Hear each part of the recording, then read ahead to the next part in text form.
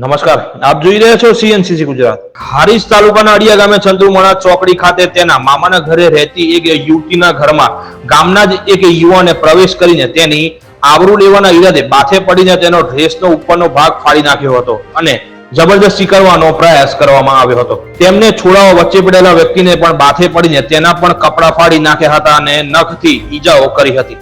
આ બનાવ અંગે યુવતીએ હારીજ પોલીસ સ્ટેશન ખાતે ફરિયાદ નોંધાવી એવો આક્ષેપ કર્યો કે SYBA સુધીનો અભ્યાસ કરેલી 20 વર્ષીય આ યુવતીનો પિયર સરસ્વતી તાલુકાના એક ગામે થાય છે ને તેમાં મામાનું ઘર હારીજના અડિયા ગામે થાય છે।